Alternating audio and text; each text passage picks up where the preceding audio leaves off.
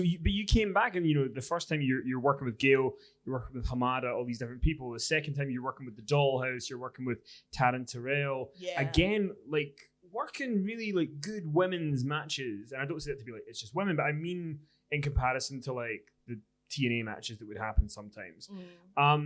But then there is an incident that happens with Reby Hardy that seems to have come up that led to you leaving TNA. I mean, what's the story with you leaving Impact the second time? Is there anything you can share about it? Okay. So I know you guys have heard things about incidents with me backstage, but if you knew me, I am the most easygoing person. Like, you could step on my toe and I'm like, I will apologize to you. So it takes a lot, actually, for me to get like shoot angry. And once I do, there's just no saving you. And so, she had said some unkind and untrue things about me on the internet. And on the day that my grandma died, I'm like, girl, you is cold-blooded. So I approached her about it backstage and said, hey, you said some about me online. What was that even about? And she was like, well, you put me in the hoe bag on this shoot interview. And I'm like, girl, I mean, I gave myself a big black on that same shoot interview. It was all like a thing called a joke, right? Get your notebooks out. It's called a joke, a rib, like, if you had a problem with that, you should have called me. I would have told you, I was joking. I have never had any heat with you, Reby, ever. But what you said was extremely disrespectful and liable. If I wanted to, I'd get my lawyer and be like, because people don't play with rumors of drug abuse in wrestling. You don't play like that. You know what I mean? Because we have a lot of people that suffer from it. You don't even throw that rumor out there like that. And so I'm like, what you did was messed up. You should apologize. And she would not apologize. I'm like, wow, I'm not going to sit here and beg you for an apology. What you need to acknowledge what you did was wrong, and you should apologize. Or if you don't want to apologize, that's fine, but you can stay in my locker room. And at this point, even before I had spoke with her, I came to her politely, and she had her baby. I said, is there somewhere you can, take your baby? Because I already know about this girl. She's infamous for having an attitude. And I'm like, no matter how nice I come to her, this is going to get this way. I already know. So she passed off the baby to either Matt or a babysitter or whatnot. And while we had this conversation, she got louder and louder and louder. And it got to the point where I'm like, okay, well, you must leave. Oh, by the way, I had already went to TNA about this. I said, we have a problem. She needs her own locker room. You guys might want to take care of that. And they're like, you're the locker room captain. You have to take care of it. And I mean, I approached 3 different people about taking care of it. I said, you need to Google me, bitch. Do you not know what's about to go down?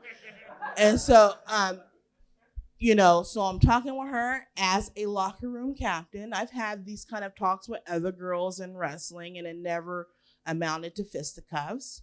And I don't use intimidation. I don't believe in that unless it's in the ring, of course. But I recognize that I have an intimidating stance, that people I just appear intimidating. I never want to use that because I do not like bullies at all. And so, and plus she's teeny weeny. And so, so as we're talking, she got an attitude. So I just threw all her locker room. Like, you good. If you don't want to leave, all your sick can go. You can follow it if you want to, but it's not staying in here. And so she wanted to come back in, and she brushed past me, let her do that, let her do a whole bunch of things until she got into my face. And we, sometimes you just gotta You ever just gotta just hold a person? Nah, I didn't punch her. I didn't, she's small. I didn't do anything. Sometimes you just gotta choke the somebody and just be like, I just had to choke her. I'm sorry. It just got to that point. I tried everything, and I'm actually extremely proud of myself of how I handled that situation. I have no regrets because I gave her every opportunity to behave like an adult. And she came into contact with me first. And so I just held her at arm's length by her neck. I just restrained her. And then, they don't believe in that. So I was asked to leave, and I was like, okay, well, deuces. Would anyone in Manchester buy a Google Me Bitch t-shirt? If you asked around in the wrestling world about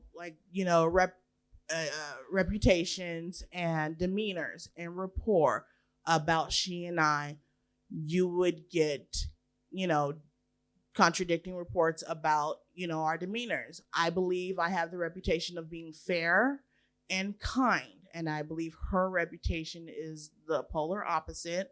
And I don't find her to be a very pleasant person.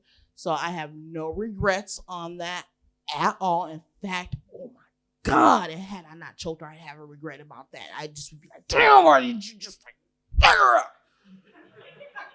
Pick her up. Yeah.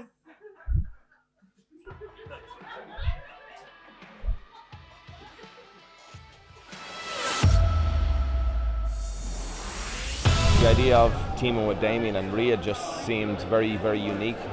Two different people, different backgrounds, different levels of experience. And I felt like there was something to it.